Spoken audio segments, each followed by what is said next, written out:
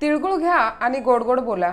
तुम्हा सर्वांना नवीन वर्षाच्या आणि मकर संक्रांतीच्या खूप खूप शुभेच्छा। नमस्कार, मी दीपाली आपलं स्वागत करते एका नवीन व्हिडिओमध्ये। या व्हिडिओमध्ये मी तुम्हाला मकर संक्रांतीला सुगड पूजन कसे करायचे व विडे कसे पूजायचे याची संपूर्ण माहिती सांगणार आहे। त्यामुळे व्हिडिओ स्किप न करता शेवटपर्यंत नक्की पहा। जानेवारी महिन्याची सुरुवात झाली की सर्वात पहिला मराठी सण येतो, तो म्हणजे मकर संक्रांत। या दिवशी सूर्य धनु राशी सोडून मकर राशीत प्रवेश करतो, तेव्हा मकर संक्रांत हा सण साजरा केला जातो। मकर संक्रांतीपासून दिवस मोठा तर रात्र लहान होत जाते। मकर संक्रांत हा भारतातील पौष महिन्यात येणारा एक शेती संबंधित सण आहे। या दिवसांमध्ये आपल्या शेतात आलेल्या धान्यांचे वाण स्त्रिया एकमेकांना देतात। या दिवशी सर्व सुवासिनी महिला सुगडांची पूजा करतात। वाटाणा, घेवडा, वाल, गाजर, गव्हाच्या ओंब्या, हरभऱ्याचे घाटे, ऊस, बोरे या गोष्टी सुगडांत भरून त्याची पूजा करतात। हा सण प्रत्येक ठिकाणी वेगवेगळ्या पद्धतीने साजरा केला जातो। मकर संक्रांतीच्या दिवशी गंगा स्नान आणि दानाला फार महत्त्व आहे। या दिवशी दान केल्यामुळे साधकाला उत्तम फळ प्राप्त होते। चला तर मग सुगड पूजन कसं करायचं, ओवसा कसा पूजायचा, विडे कसे घ्यायचे हे पाहूया। मकर संक्रांतीला सुगड पूजन करण्यासाठी काय काय साहित्य लागतं ते आपण पाहूया। सुगड पूजन करण्यासाठी मी ही लाल रंगाची सुगडं घेतलेली आहेत। काही ठिकाणी काळ्या रंगाची सुगडं देखील पूजा करण्यासाठी घेतली जातात। तुमच्याकडे ज्या रंगाची सुगडं घेतली जातात ती सुगडे तुम्ही घ्या। या काळामध्ये बाजारामध्ये ही सुगडं सहज उपलब्ध असतात। सुगडं घेताना ती व्यवस्थित पाहून घ्यायची आहेत, त्याला कुठे तडा गेलेला नाही ना हे पाहून घ्यायचं आहे आणि ती खालून ताटामध्ये किंवा पाटावर अशी सपाट ओततील अशी बघून घ्यायची आहेत। हा 5 सुगडांचा एक खण असतो। घरामध्ये जेवढ्या सुवासिन महिला असतात तेवढे खण पूजेसाठी घेतले जातात आणि तुळशीचा एक खण घेतला जातो। त्याचबरोबर सुगड पूजनसाठी हा ओवसा घेतलेला आहे। या काळामध्ये आपल्या शेतामध्ये ज्या भाज्या आणि धान्य असतं ते या पूजेसाठी घेतलं जातं। यामध्ये मी हरभऱ्याचे घाटे घेतलेले आहेत, घेवड्याच्या शेंगा घेतलेल्या आहेत, वालाच्या शेंगा घेतलेल्या आहेत, वाटाण्याच्या शेंगा घेतलेल्या आहेत, गाजर घेतलेला आहे, भुईमुगाच्या शेंगा घ्यायच्या असतात, मला शेंगा मिळाल्या नाही म्हणून मी शेंगदाणे घेतलेले आहेत, ऊस घेतलेला आहे आणि गहू घेतलेले आहेत। गव्हाच्या ओंब्या आणि ज्वारीची कणसं घेतली जातात, परंतु शहरामध्ये गव्हाच्या ओंब्या उपलब्ध होत नाही। गावच्या ठिकाणी हे सर्व सहज उपलब्ध होतं, त्यामुळे मी गहू घेतलेले आहेत। बोरं देखील आपण या वंशामध्ये घेऊ शकतो। त्याचबरोबर तांदूळ घेतलेले आहेत, सफेद तीळ घेतलेले आहेत आणि तिळगुळ घेतलेला आहे। सुगड पूजन बरोबर काही ठिकाणी विडे देखील पूजले जातात। विडे पूजण्यासाठी मी ही विड्याची पाने घेतलेली आहेत, यालाच खाऊची पाने किंवा नागिलीची पाने असेही म्हणतात। विड्यांवर ठेवण्यासाठी सुपाऱ्या घेतलेल्या आहेत, खारीक घेतलेले आहेत, खोबरं घेतलेलं आहे, बदाम घेतलेला आहे, हळकुंड घेतलेले आहेत, वेलच्या घेतलेल्या आहेत आणि लवंग घेतलेले आहेत। सुगड पूजन करताना पाटावरती गणपती बाप्पाच्या मूर्तीची देखील पूजा केली जाते। यासाठी मी गणपती बाप्पांची मूर्ती घेतलेली आहे। गणपती बाप्पांना नैवेद्य ठेवण्यासाठी गुळ खोबरं घेतलेलं आहे, तेलाचा दिवा घेतलेला आहे आणि अगरबत्ती घेतलेली आहे, हळदी कुंकू घेतलेला आहे आणि पूजेसाठी फुलं आणि दुर्वा घेतलेल्या आहेत।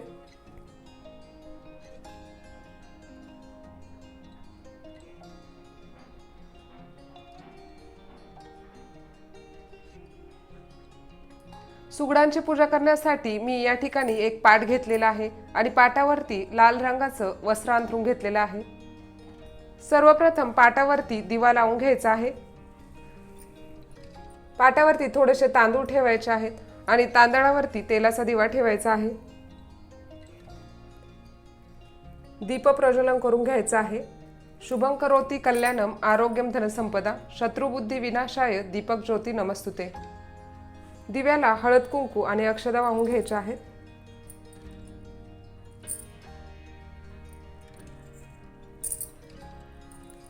फूल वाहून घ्यायचं आहे। आता पाटावरती गणपती बाप्पांच्या मूर्तीची स्थापना करून घ्यायची आहे। पाटावरती विड्याची 2 जोड पाने ठेवायची आहे। यावरती थोडे तांदूळ ठेवायचे आहेत आणि तांदळावरती गणपती बाप्पांच्या मूर्तीची स्थापना करायची आहे। तुमच्याकडे जर गणपती बाप्पांची मूर्ती नसेल तर तुम्ही सुपारीची पूजा केली तरी चालेल। आता मूर्तीला हळद कुंकू आणि अक्षता वाहून घ्यायच्या आहेत.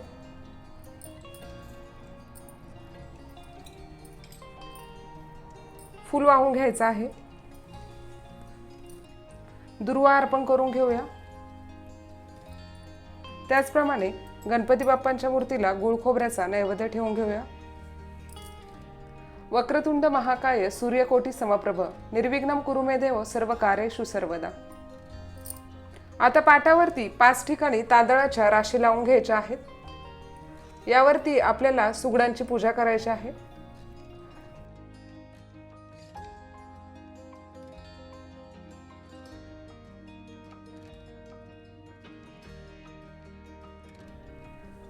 तांदूळ हाताने असे सपाट करून घ्यायचे आहेत, म्हणजे यावरती सुगडं चांगली बसतील. आता सुगडांना हळदी कुंकवाची 5-5 बोटे ओढून घ्यायची आहेत. काही ठिकाणी या सुगडांना फक्त वरतीच हळदी कुंकू लावलं जातं, तर काही ठिकाणी या सुगडांना गळ्याला अशा लाल पिवळ्या रंगाच्या धाग्याने किंवा सफेद धाग्याने सुतवलं जातं, म्हणजे असे 5 वेढे गळ्याभोवती बांधले जातात. पण आमच्याकडे असं केलं जात नाही, म्हणून मी याला धागा बांधणार नाही. आता सुगडांना खालून वरच्या दिशेने असे कुंकवाचे 5-5 बोटं ओढून घ्यायचे आहेत.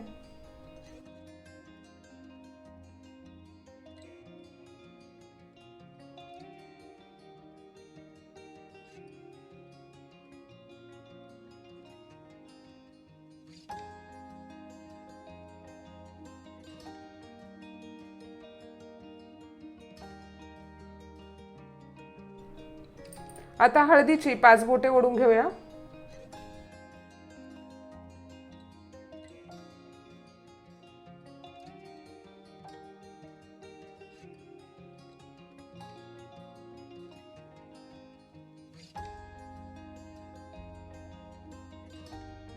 आता हे सुगड तांदळाच्या राशीवर ठेवायचं आहे.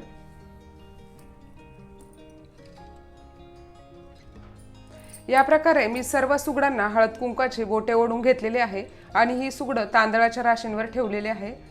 बाजारामधून सुगडं विकत आणल्यानंतर ती स्वच्छ धुवून घ्यायची आहेत, नंतर सुकवून घ्यायची आहेत आणि पूजेसाठी वापरायची आहेत. आता आपण घेतलेला ओसा सुगडांमध्ये ठेवून घ्यायचा आहे. सुगडांबरोबर ही एक पंती घेतली होती, त्या पंतीमध्ये सफेद तीळ घेतलेले आहेत आणि त्यामध्ये कुंकू मिक्स केलेला आहे. आता सगळ्यात आधी सुगडांमध्ये हे तीळ घालून घ्यायचे आहेत.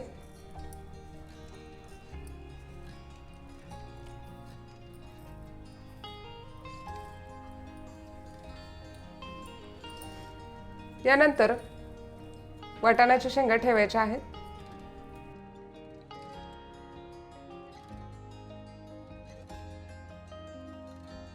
घेवड्याच्या शेंगा,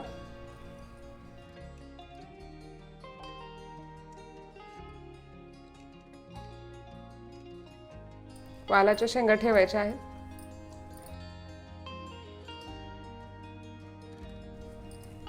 गाजर ठेवून घ्यायचं आहे.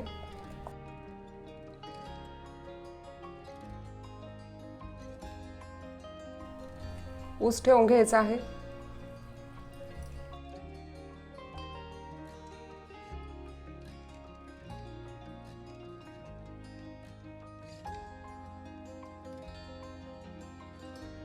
हरभऱ्याचे घाटे ठेवायचे आहेत.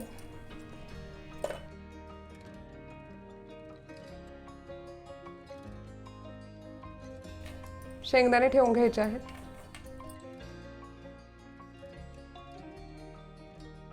त्याचबरोबर गहू ठेवायचे आहेत. तुम्हाला जर गव्हाच्या ओंब्या मिळाल्या तर त्या ठेवायच्या आहेत. ज्वारीची कणसं देखील ठेवायची आहेत. थोडे थोडे तिळगुळ देखील यामध्ये ठेवायचे आहेत.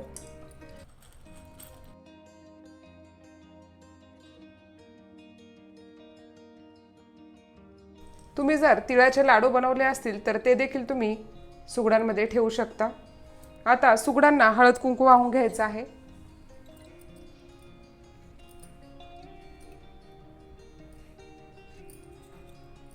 अक्षता वाहून घ्यायच्या आहेत.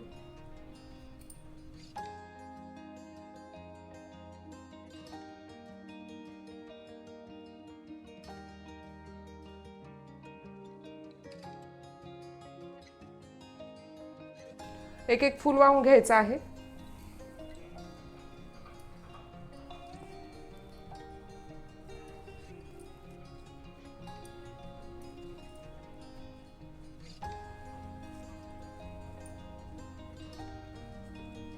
या प्रकारे सुगडांची पूजा झालेली आहे। आता आपण विडे ठेवून घेऊया। वेगवेगळ्या ठिकाणी सुगड पूजन वेगवेगळ्या पद्धतीने केलं जातं। ताटामध्ये हा उरलेला ओवसा आहे तो एका प्लेटमध्ये तुळशीमध्ये ठेवायचा आहे, देवांना देखील ठेवायचा आहे। मकर संक्रांतीच्या दिवशी हा ओवसा सुवासिनी महिला एकमेकींना वाण म्हणून देतात। हे वाण देताना सीतेचा ओवसा, रामाचा ओवसा, जन्मोजन्मी ओवसा असं म्हणतात। मकर संक्रांतीच्या दिवशी ओवसाही पूजला जातो आणि विडे देखील पूजले जातात। तर हे विडे 5चा विडा आणि 25चा विडा असे विडे असतात। 5चा विडा म्हणजे या पानांवर सर्व वस्तू एक एक ठेवल्या जातात आणि 25चा विडा म्हणजे या सर्व वस्तू 5-5 ठेवल्या जातात। आता पाटावरती विडे पुजून घ्यायचे आहेत। पाटावरती ही विड्याची अशी 2-2 जोड पानं ठेवायची आहेत। आपण 5चा विडा पुजणार आहोत, त्यासाठी आपल्याला 5 ठिकाणी ही विड्याची पाने ठेवायची आहेत।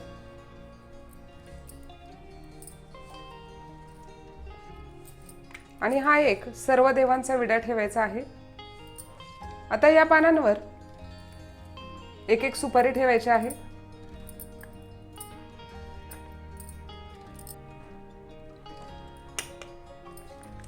हळकुंड ठेवायचा आहे।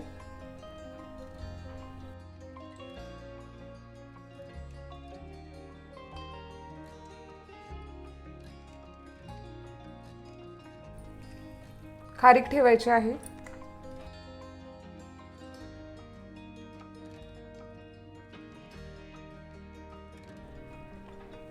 खोबरं ठेवून घ्यायचं आहे।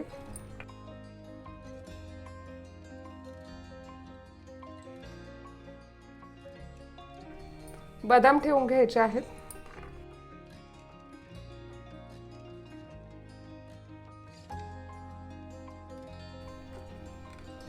त्याचबरोबर विड्यांवर एक एक वेलची ठेवायची आहे।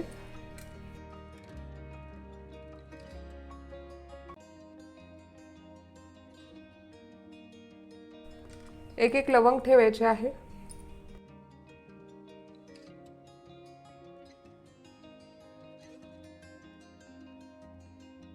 सर्व विड्यांना हळद कुंकू वाहून पूजा करून घ्यायची आहे।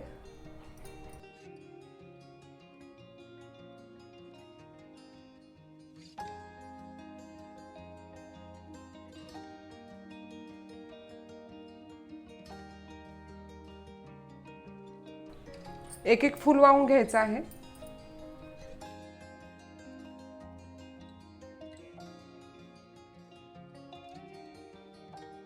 नवीन लग्न झाल्यानंतर आपण जो ओवसा पुजतो तोच ओवसा आपण नेहमी पुजायचा असतो।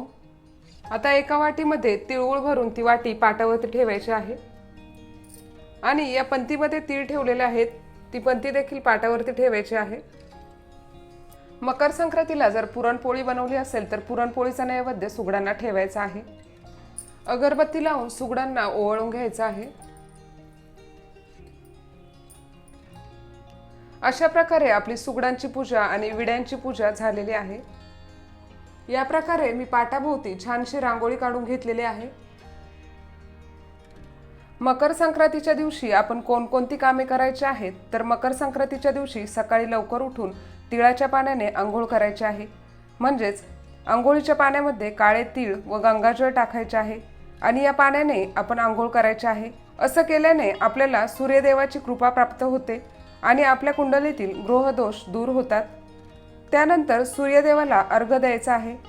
मकर संक्रांतीच्या दिवशी सूर्यदेवाला अर्घ्य अर्पण करण्याला फार महत्त्व आहे। या दिवशी तांब्याच्या भांड्यात पाणी घ्यायचे आहे आणि त्यामध्ये काळे तीळ, गूळ, लाल फुले व अक्षता टाकून ओम सूर्याय नमः असा मंत्र म्हणत सूर्याला अर्घ्य अर्पण करायचा आहे। या दिवशी गरिबांना दान करायचे आहे। या दिवशी गरिबांना दान केल्यामुळे आपल्याला शुभफल प्राप्त होते।